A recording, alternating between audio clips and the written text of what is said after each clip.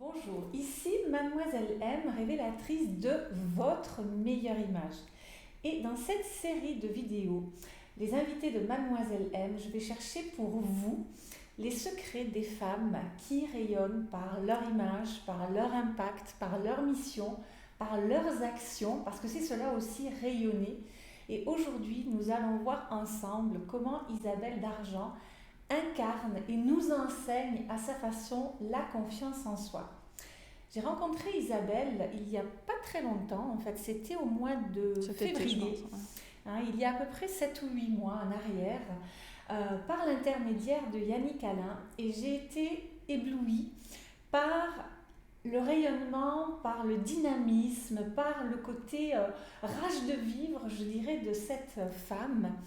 Et donc aujourd'hui, eh bien, on va voir comment Isabelle incarne à sa façon la confiance en soi. Je vais te céder la parole. Isabelle, d'abord, est-ce que tu pourrais nous raconter ton parcours, ton histoire? Ben d'abord, bonjour. Alors, mon histoire, on va commencer. Ben, je suis en fauteuil roulant, donc là, ça se voit peut-être pas tout à fait, mais effectivement, là, je suis en fauteuil roulant. Je suis tétraplégique. En fait, j'avais une vie tout à fait normale et quand j'ai eu 24 ans, j'ai eu un accident de voiture qui m'a rendu tétraplégique. C'est-à-dire, j'ai fait des tonneaux et du coup, ma moelle épinière a été touchée. Et donc, c'est à partir de là que mon histoire vraiment a commencé parce que c'est quelqu'un qui n'avait pas du tout confiance en moi. De petite, en fait, j'étais danseuse. J'étais déjà danseuse, semi-professionnelle, mais par contre, j'avais tendance à marcher la tête rentrée, les épaules basses et les pieds en dedans. Donc, toute timide. Et en fait, alors la danse m'avait déjà un petit peu aidée à prendre confiance, un petit peu, ça aide. Hein. Mais en fait, le handicap a fait que, alors je vais pas dire que c'est une force parce que c'est nul d'être handicapé et que c'est insupportable pour les gens handicapés d'entendre ça, que c'est quelque chose de bien qui m'est arrivé, donc c'est pas vrai. Par contre, moi j'en ai fait une force. Et ça, voilà. Ça, par contre, c'est autre chose. Parce qu'il y a plein de gens qui sont handicapés et pour autant, c'est pas un avantage et c'est pas une force. Mais moi, j'ai décidé que ça serait une force. Parce qu'en fait, on m'avait condamné un petit peu. Plus jamais rien faire, hein, parce que la tétraplégie, c'est-à-dire que la tétraplégie, c'est à partir de là jusqu'en bas, il n'y a plus rien, il n'y a plus rien qui fonctionne, il n'y a plus de sensibilité. Donc moi, j'ai commencé à avoir un petit peu de sensibilité, j'ai un petit peu eu de chance aussi, ça fonctionne au niveau de la sensibilité, donc j'ai commencé par ça. Les médecins m'ont pas cru. Les médecins ont cru que c'était mon imagination. Voilà. Encore un obstacle à surmonter. Voilà. Donc j'ai dit non, allez-y, je ferme les yeux, allez-y. Donc du coup, ils ont testé, ils ont vu que c'était vrai, ils ont dit bon, c'est bizarre, effectivement, mais bon, ça veut pas dire que vous allez remarcher, attention. Très encourageant, n'est-ce pas? Surtout pas, surtout n'espérez pas. Donc du coup, voilà, et en fait, ils m'ont dit que voilà, je resterais toujours comme ça. Ils m'ont dit de toute façon, s'il n'y a pas d'évolution d'ici un an, voilà, n'espérez pas. Et en fait, c'est pas vrai, parce qu'en fait, j'ai évolué très très vite au départ. Donc j'ai récupéré mes bras, j'ai récupéré un petit peu de mes jambes, toute ma sensibilité quasiment. Et j'ai récupéré pas mal de choses à droite, à gauche, qui ont fait que... Mais ça a pris plus d'un an par contre. Ça a pris beaucoup plus, ça a été beaucoup plus long. J'ai été un petit peu arrêtée par les médicaments, qui ont freiné un petit peu mon évolution, donc j'ai tout arrêté. Je ne dis pas qu'il faut arrêter les médicaments. Attention, je précise. C'est pas mon combat. Je ne suis pas contre les médicaments. J'en prends parfois aujourd'hui si j'ai quelque chose. Mais par contre, là, je prenais des médicaments. C'était de la surmédication. C'est-à-dire, je prenais des médicaments qui ne me servaient à rien. Oui. Et je l'ai découvert en les arrêtant, en fait. Quand j'ai arrêté, j'ai vu que ça n'avait aucun impact sur moi, en fait. Et tu t'es écoutée pour ça, ou qu'est-ce que c'est qui t'a donné envie, enfin tu vois, qui t'a fait penser ou qui t'a donné cette impression? Alors c'est parti de là, c'est qu'effectivement, à chaque fois, je sentais qu'il y avait quelque chose qui m'allait pas. Au début, je me suis pas écoutée, je me suis dit, ils sont quand même médecins, comment te dire qu'ils ont fait des études et pas toi, hein? Et en fait, j'ai commencé à m'écouter avec un médicament où j'ai commencé à dire au médecin, ce médicament me fait beaucoup d'effets secondaires et je suis crevée, j'arrive pas à avancer et j'ai l'impression que je régresse dans ma progression. Et donc il me dit bon, c'est pas possible, voilà, comme d'habitude. Et en fait, je l'ai malgré tout arrêté. Je lui ai dit écoutez, que vous le vouliez ou pas, je vais arrêter. De toute façon, je suis majeure, je fais ce que je veux. Donc parce qu'il y a un petit peu ce truc en centre de rééducation le médecin, c'est le chef, et puis on prend ce qu'on nous dit, et puis c'est fini quoi. Oui. Donc là, je me suis un peu battue et j'ai dit écoutez, non, c'est comme ça, c'est pas autrement. Je l'arrête parce que je sens qu'il me va pas, celui-là. Je me sens pas bien et j'ai besoin vraiment d'évoluer, et j'ai besoin de progresser là. Et je l'ai arrêté et ce qui s'est passé, c'est qu'en fait, j'ai continué à progresser et que je me suis un petit peu réveillée. Donc du coup, j'ai senti qu'effectivement, lui-même est venu me voir, il m'a dit « Ah, c'est salaud de médecin », j'ai dit « Ben ouais ». D'accord. effectivement. Donc, il a quand même un petit peu avoué sa faute. Donc, et en fait, il me donnait ça parce que tous les tétraplégiques prenaient ça. Bien sûr. Donc, il fallait, parce que j'étais tétraplégique. Donc, du coup, ça a commencé là où je me suis dit, ah ben, tu vois, t'as un bon ressenti quand même sur toi. Et ça a fait ça pour beaucoup de choses où j'ai senti que, voilà, il y avait des choses qui m'allaient pas à chaque fois, je m'écoutais et ça fonctionnait. Et après, ça a fonctionné à la fin pour les médicaments où j'ai complètement arrêté quand je suis sortie de clinique. Et là, je me suis dit, je pense qu'il faut. Alors, j'ai arrêté doucement, progressivement. Et je me suis dit, là, je pense que si j'arrête, je vais me sentir. Je vais me réveiller, je vais me sentir mieux parce que. Alors, tant pis, si je vois que ça va pas, je les reprendrai. Je suis toujours Oui, à temps, bien mais au sûr, moins, c'est j'aimerais clair. essayer sans, Tu quoi. as raison. Et du coup, Isa, quelles seraient selon toi tes plus grandes réussites? Question piège. Quelles seraient mes plus grandes réussites? Alors, ça a été. Ma première victoire, ça a été d'arrêter les médicaments et de me sentir mieux derrière. Parce qu'effectivement, c'était des médicaments qui me servaient à rien. Donc voilà, ça a été ma première victoire, de m'écouter et de comprendre que j'avais raison. Ensuite, j'ai eu des contractures, j'ai eu plein de petits problèmes. J'ai été voir un médecin qui m'a dit qu'il faut opérer. J'ai refusé. Ça a été la deuxième fois où vraiment je me suis dit, ouais, là, bingo, j'ai raison. C'est-à-dire que j'ai refusé de me faire opérer alors que j'étais complètement bloquée, je ne pouvais plus rien faire. Envers et contre tous, envers même mes proches. Et en fait, je lui ai dit, écoutez, non, je pense qu'il y a des solutions plus douces avant. Je pense qu'on va essayer d'autres choses, on va rien couper du tout, il voulait couper des muscles. Enfin, moi, j'ai dit, non, je suis pas prête. Donc du coup, j'ai refusé ça en me disant, bon, en ayant peur quand même, parce que c'était un médecin qui me le disait, qui m'a dit, venez pas pleurer après si jamais. Et en fait, je l'ai pas fait, et j'ai vu des kinés derrière, et en fait, j'ai fait autrement, et j'ai réussi à retendre mes jambes, et tout est rentré dans l'ordre, sans opération. Voilà, là, ça a été ma deuxième victoire, où je me suis dit, quand même, tu sens les choses, quoi. Parce que vraiment, ça a été un rejet pour moi. Je me suis dit, non, on fait pas ça, c'est pas ça qu'il faut faire, quoi. Alors que je suis pas du tout médecin et que juste mon corps m'a dit, stop, on n'est pas bon, quoi. Tu vois? Donc là, du coup, ça a été vraiment ma deuxième victoire. Et ensuite, sortie de là, j'en suis sortie beaucoup plus forte, effectivement. Là, j'arrive avec mon kiné, qui est super, du coup, qui m'avait conseillé de pas me faire opérer, qui là, lui, me fait remarcher en déambulateur. Donc du coup, bon, je marche pas tout le temps en déambulateur, mais c'est mon sport de la semaine. Je peux pas tenir longtemps, mais sauf que je suis tétraplégique et je fais des pas, quoi. Oui. Donc ça, c'est une victoire aussi pour moi, quoi. C'est énorme, quoi. Et je t'ai vu sur scène marcher. Et oui, ouais, je fais quelques pas. Alors je tiens pas longtemps, mais tout à fait. Mais quand même, quoi. Donc ça, c'était ma troisième victoire. Et ensuite, après ma victoire, c'est actuellement là où je suis arrivée. C'est-à-dire qu'aujourd'hui, je me sers de ça. Apprendre à connaître son corps, j'ai fait des tas de formations, j'ai fait des tas de choses depuis, parce que ça fait quand même plus de 10 ans que j'ai eu mon accident. Et là, maintenant, j'aide les gens, quoi. Et là, c'est le fait d'aider les gens. J'ai écrit un livre sur mon handicap pour aider les gens, je les booste. Et là, je les aide physiquement. Enfin, voilà, c'est ça. Toutes mes victoires, c'est ça. Et quels seraient, selon toi, Isa, tes échecs? Ouais, les échecs, ça n'existe pas. Non, ouais, C'est quoi alors un échec? Enfin, ce qu'on qualifie d'échec, le mot échec, ça veut dire quoi pour toi? Ouais, l'échec, en fait, ça existe les échecs, c'est juste que je recommence derrière.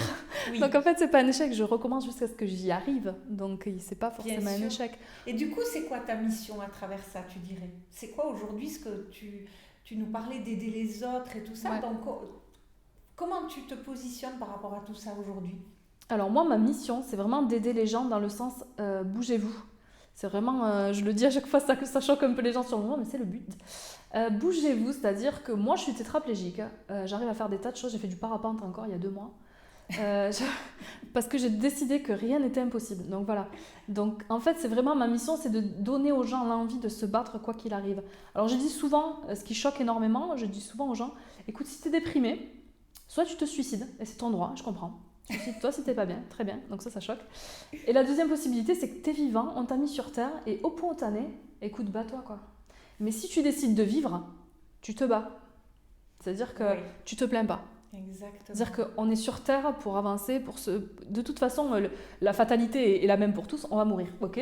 On choisit plus tôt ou plus tard, effectivement. Sauf que moi, j'aurais pu, je suis en fauteuil roulant, c'est nul tous les jours, c'est quelque chose qui m'a déprimée longtemps, qui me déprime parfois aussi, hein. Pour autant, j'ai pas mis fin à mes jours. Bon, déjà, c'est compliqué parce que j'ai pas mes doigts. Bon. Mais cela dit, j'ai pas mis fin à mes jours. Pourquoi ? Parce que j'ai décidé que, après tout, maintenant j'étais là, après tout ce qui s'était passé, tout ce que j'avais vécu et tout ce mal que je me suis donné. Écoute, on va essayer d'aller jusqu'au bout. Et puis, ce que j'ai remarqué, Isa, pour avoir passé hier une journée avec toi en shopping, tu trouves un moyen pour C'est ça. tout. Tu trouves un moyen, c'est phénoménal, quoi. C'est-à-dire que tu as adapté, tu adaptes tes gestes, ta vie, ton attitude dans tout, et tu trouves une solution à tout, et je trouve ça absolument merveilleux. C'est ça. Quoi. Et un échec, c'est ça. Un échec, c'est un problème auquel qu'il faut résoudre, en fait. C'est juste un problème qu'il faut résoudre. Absolument. Ok, tu peux pas. En fait, moi, j'ai fait du parapente. Je vais te dire la vérité, c'est pas ce que je voulais faire. Je voulais faire de la chute libre. D'accord. Et en fait, c'est pas possible quand on est tétraplégique, parce qu'il faut vraiment avoir une position au niveau des bras, tout ça, il faut vraiment avoir une position. Ouais. Sinon, c'est dangereux, donc ils ont refusé. Et je dis, bah écoute, tu sais quoi, c'est pas grave, je vais faire du parapente. J'adore. Voilà. Donc en gros, à tout problème, il y a une solution. Alors effectivement, j'ai pas fait de la chute libre, j'aurais pu me dire, ben voilà, tu peux pas, ben voilà, tu peux rien faire. Oui. Je peux. C'est ce que fait la majorité des Français, en fait. Mais, sauf que j'ai décidé de ne pas faire comme ça. C'est juste que j'ai décidé de me dire, ok, tu vas trouver une solution autre. Voilà. Et c'est là que, quand on se plaint de petits bobos, pensez à Isabelle. C'est ça. Je suis là pour ça. Alors Isa, est-ce que justement, toi, tu aurais je vais reformuler. Quelles sont selon toi, selon ta propre conception de la confiance en soi, parce que tu m'as toi-même confié tout à l'heure que tu ne te pensais pas être une personne forcément qui avait toujours confiance en elle. Néanmoins, selon ta propre conception des choses, quels seraient les 3 piliers de la confiance en soi? Alors, il y a un truc que j'entends souvent en développement personnel. À chaque fois, je me fais des ennemis, je m'en fous, c'est pas grave. En fait, ce qu'on dit, ça marche pour certaines personnes, donc c'est pour ça que je suis pas contre cette méthode. Ce qu'on explique en dev perso, souvent, c'est mettez-vous devant un miroir, pour les personnes qui ne savent pas, mettez-vous devant un miroir et tous les matins, vous faites une déclaration d'amour ou vous écrivez une lettre d'amour, etc. Franchement, j'ai essayé. Et ça Promis, j'ai essayé. Mais non, mais c'était nul parce qu'en fait, pour moi, pour mon type de personnalité, bien sûr. Déjà, c'était pas crédible. Je me regardais, je me disais, je t'aime. Ok, ouais. Donc ça ne marche pas du tout. Donc dans mon cas, ça n'a pas marché. Donc quand ça ne marche pas, ces super méthodes qui fonctionnent pour un certain type pour certaines catégories de personnes, moi en fait, je me suis toujours dit, aujourd'hui, je m'aime. Par contre, je me supporte pas physiquement. Il y a des choses chez moi qui m'agacent de ma personnalité. Donc en gros, globalement, je me dirais non, je m'aime pas. Par contre, j'aime mon corps dans le sens où je ne veux pas lui faire du mal et je veux même lui faire du bien. C'est-à-dire que aimez-vous à l'intérieur et ça se verra à l'extérieur. C'est-à-dire que les gens souvent me disent « Ah, qu'est-ce que tu es jolie, t'es radieuse ». En fait, dans ma tête, je me dis « Mais je suis pas jolie et pas radieuse non plus, quoi ». Parce qu'il y a des fois où je rayonne pas et je suis pas bien. Oui. Et pour autant, en fait, le fait de me vouloir du bien, juste ça, de me respecter, de me vouloir du bien, tu vois, ça ressort. C'est-à-dire que les gens voient ça, en fait. D'accord. Donc, ce serait, en résumé, ce serait quoi le raisonnement de ta pensée, là ? De t'aimer de l'intérieur pour que ça rejaillisse à l'extérieur. Aimer votre corps. Peut-être pas son aspect, mais aimer votre corps. C'est comme si tu demandes à ta voiture de t'amener à Paris, mais que tu lui fais pas le plein d'essence ou tu lui fais pas la révision. Elle va tomber en panne, tu vas dire mais t'es nul aussi, tu roules pas, voilà, mais c'est nul. Et ben voilà, le corps c'est pareil, il faut l'entretenir et essayer de faire en sorte de se respecter. C'est-à-dire, je parle de pas fumer, de pas boire d'alcool, etc. On a tous nos péchés, peu importe, mais ça va être, moi c'est l'alimentation, je fais très attention à savoir ce qui rentre dans mon corps. Si on vous obligeait par exemple à avaler un bidon d'essence, vous auriez dit oh ça va pas ou quoi, pourquoi tu fais ça, tu vas me mettre en danger, tu vas me tuer. Vous faites pareil avec McDo quoi. Je dis McDo comme je dis autre chose quoi. Donc en fait c'est ça, c'est juste s'aimer et dire à son corps ok, moi des fois je parle à mon ventre, oui je suis schizophrène, je parle à mon ventre ou à mes jambes quand elles s'agitent, je dis oh on se calme. Donc ça fait rire tout le monde, je dis à qui elle parle. Sauf que ça marche en vrai, des fois je dis à mes jambes ça suffit maintenant, vous me saoulez, calmez-vous quoi. Et en fait elles se calment. Parce que pourquoi ? C'est comme ça fonctionne pas très bien entre mon cerveau et mes jambes, c'est un petit peu coupé quand même. Le fait de le dire à voix haute, j'explique à mon corps ce que je veux de mon corps en fait. Et mon ventre c'est la même chose, c'est-à-dire que mon ventre parfois, je vais pas être sympa, hier soir j'ai mangé une pizza. Bon ben je m'excuse après. Je dis bon je suis désolée mais promis demain tu sais quoi, je fais attention, tu vas voir, ça va aller mieux. Je me sens vachement mieux. Et en fait juste de se dire ça, c'est pas qu'on est en meilleure santé, c'est juste bien que sûr. Au niveau de l'estime de soi, c'est juste énorme de se dire ok, je permets à mon corps d'exister, de vivre mieux et de me dire non tu t'aimes, tu es une personne qui vaut la peine en fait, juste ça quoi. C'est beau, Isa. Magnifique. Et si tu devais donc donner, je sais pas moi, 1, 2 ou 3 étapes aux gens qui nous regardent pour se mettre en route sur ce chemin de la confiance en soi, tu leur dirais quoi? Alors, c'est ce que je viens de dire justement, c'est vraiment commencer par ça, commencer par se dire, ok, je m'aime pas physiquement, ou je m'aime pas parce que je me trouve pas intelligent, ou parce que voilà, j'aime pas ma personnalité. Il y a deux choses, quand on s'aime pas physiquement, déjà on commence par s'aimer à l'intérieur, vraiment, voilà, c'est la première étape. Et quand on n'aime pas sa personnalité, on travaille dessus.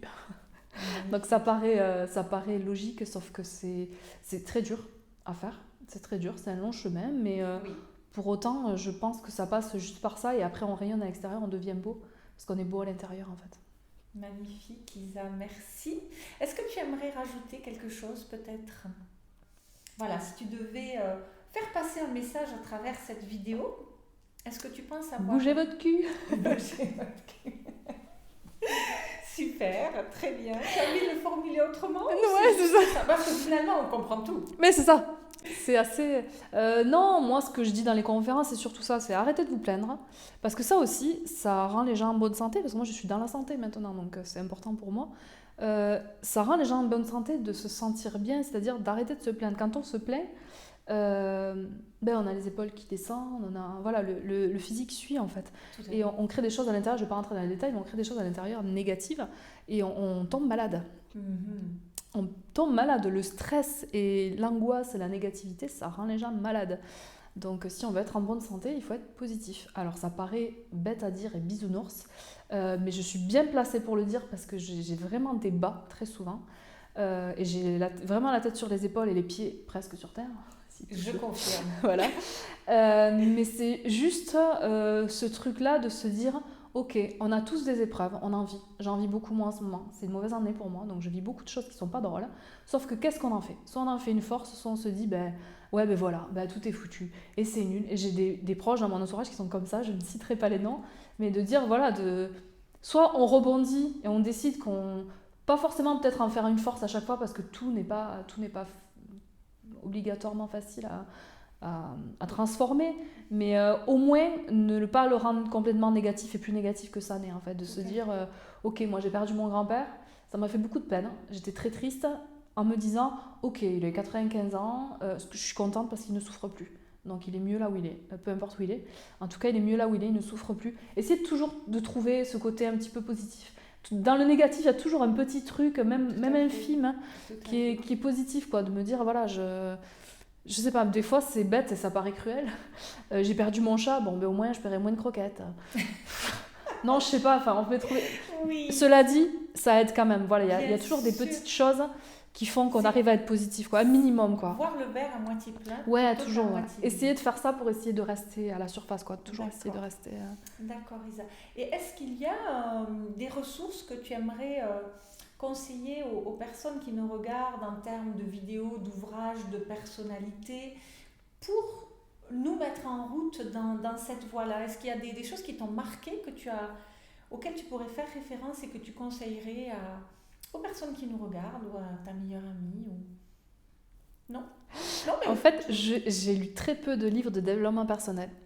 Donc tu l'as c'est ça et c'est ça en fait, dans mes tripes, parce que c'est mon vécu et en fait ce que je donne aux gens, c'est tout le temps ce que moi j'ai vécu, je vis mes expériences, après je les partage et pas l'inverse comme beaucoup de gens. Il y a beaucoup de gens qui disent alors comment et en fait ils l'appliquent pas, quoi. Donc moi c'est vraiment je partage mes expériences que j'ai vécues, du coup je parle en connaissance de cause et on peut pas me contrer là-dessus. C'est-à-dire qu'on vient me voir, on me dit ouais mais t'es maligne avec ouais mais moi je l'ai fait. Ok, bon, voilà. Oui. Donc ça, c'est vraiment important. Et pour être crédible, d'ailleurs, je conseille à tout le monde, s'il vous plaît, quoi, quand vous dites quelque chose, c'est que, voilà, vous savez de quoi vous parlez, quoi. Faites pas croire aux gens qui vont être exceptionnels si vous savez pas comment faire parce que vous l'avez pas fait vous-même ou que vous vous sentez pas exceptionnel, quoi. Donc tu es très alignée. Ouais, c'est important. Moi, c'est super important pour moi. Tes actes, tes mots... Ouais. Tu as vraiment un sentiment. Et c'est important pour moi parce que sinon je ne dors pas la nuit. Donc super. non, c'est très important. Donc j'ai pas lu d'ouvrage, donc je peux rien conseiller là-dessus. Ce que je peux conseiller, c'est vraiment voilà, ce que j'ai dit, de la personnalité, ce que vous décidez d'être. Vous serez ce que vous décidez d'être, vraiment. Alors quel est le nom de ton livre déjà? Alors j'ai écrit un livre qui s'appelle Ne laissez jamais personne vous dire que c'est impossible. Voilà, ça dit tout. Voilà, exactement. Ça dit tout, ça retrace un petit peu mon parcours en tant qu'handicapée. C'est-à-dire, j'explique un petit peu vite fait avant qui j'étais dans ce semi-professionnel avec une vie super banale. Tout le combat que j'ai vécu, donc, et c'est pas du tout triste, et c'est pas du tout pathos. C'est tout le contraire, c'est vraiment ma personnalité qui ressort en disant voilà, battez-vous. Ça se voit. Voilà, ma Ça manière se vraiment sent. de vivre les choses, comment moi je fais pour vivre un deuil, comment je fais pour surmonter les choses. Et donc du coup, c'est vraiment ça ce livre, et c'est aussi pour alerter un petit peu, c'est instructif pour les gens qui ne connaissent pas le handicap, parce que vraiment j'y vais sans tabou, je raconte tout ce que je vis. Et c'est bien, c'est également un petit coup de gueule contre certains médecins et contre le milieu médical, ce qui s'est passé, ce que j'ai vécu.